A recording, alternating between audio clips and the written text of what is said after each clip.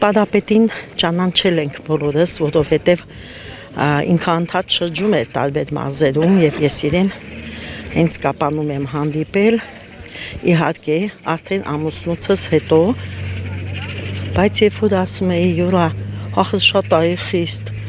բանա, սենց մի տեսակ խոժոր ասում էր զարաբանակում խստություն ապետք, բայց դուք իրան ուրախ ժամանակ դու չես տեսել, որպես լավ երգիչ, լավ մարդ, շատ լավ հումորներ ունի, սրտի ցավ ենք ապրում, չգիտեմ, ամենամեծ ցավը, որ նա ոչ թե թշնամու, այլ հայի ձեռքով գնաց,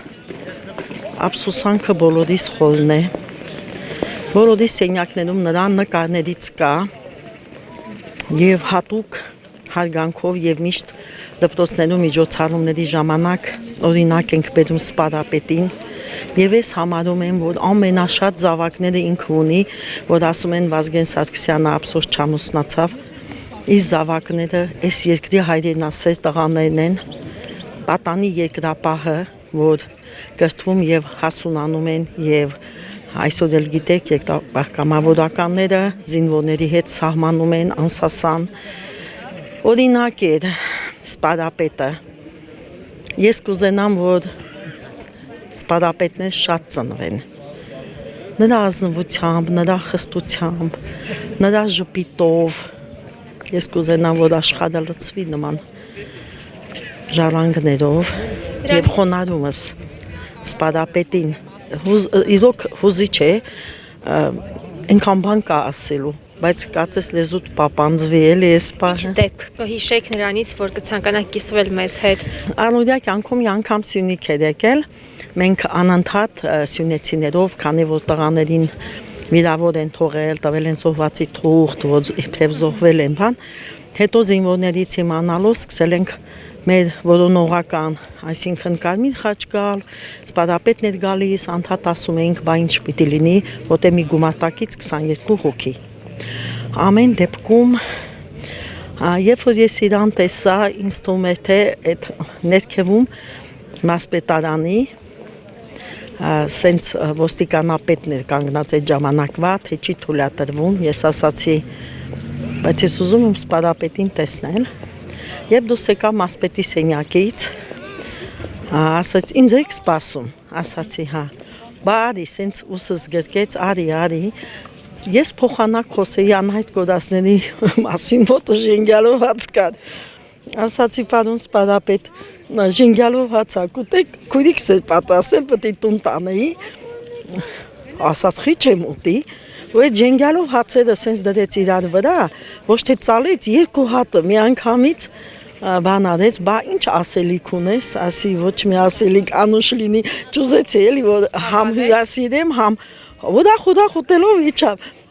գիտեք ոնց որ դարավ այնպես, որ մի բան ես հյուրասիրում ու մի խնդիր ես առաջ քաշում, եւ հետո նաեւ գիտեք այդ վճարների մասին ուսումնական զոհվածների երբ որ ազգային ժողովում 108 հոգի քվարկեցին որ արտոնությունը մի տարի տևեց հանում ենք ես մի գրություն գրեցի որ եթե այդտեղ լինեին կրված սղան այն թվերի մասին եմ ես ասում 90-ականների իհարկե իմ երեխաները այդքան մեծ չէին բայց ես ակտիվ էի միշտ ազատամարտ կոմիտեում կապանի գրեցի եւ նաեւ այդ բանակից ազատելու ասացի որդիս ճիշտ է հլավությունով դասարան է բայց այլոց որ անհայտ են ճակատագրերը պետք է գնան բանակ ոնց անենք եթե գիտենք մարդը տնից գնացել է ոչ մի հստակ լուր ասաց նամակներ ես բերել ասացի հա Մինչև մեկ շաբաթ հրամաններ եկավ, որ 50 կիլոմետրի վրա երկու զավակները պետք է ծառայեն, մինոճաները ազատվում են, թեպետ հենց իմ որդին դրան շատ դեմ էր։ Ամեն դեպքում մինչև հիմա ասում է, որ դու սխալ բան արեցիր, ես պետք է ծառայեինք, իհարկե կամավոր գնաց, դա չի հասցը։ Ուզում եմ ասել, եւ նաեւ վերականգնվեց անվճար ուսումը, զոհվածների, զավակների։ Դե էլ ինչ ասեմ, եւ հայրենիքը պաշտպանեց, եւ մեր ընտանիքները, հիմա էլ ես դժգոհություն չեմ հայտնում ոչ մեկից, գիտեք ցավս խաղաղությունն է, ցավս երկրի պաշտպանությունն է, համախմբվածությունն է ցավս, եւ այսօր այն ժամանակները չի որ ասենք ով էր վատ, ով էր լավ, Միշտ էլ վատերն էլ են եղել, լավերն էլ են եղել։ Այ որ վատերը չլնեին, իմ ամուսինը տանը կաներ, հետամուտ կլինեին, տեղնել ենք ասել,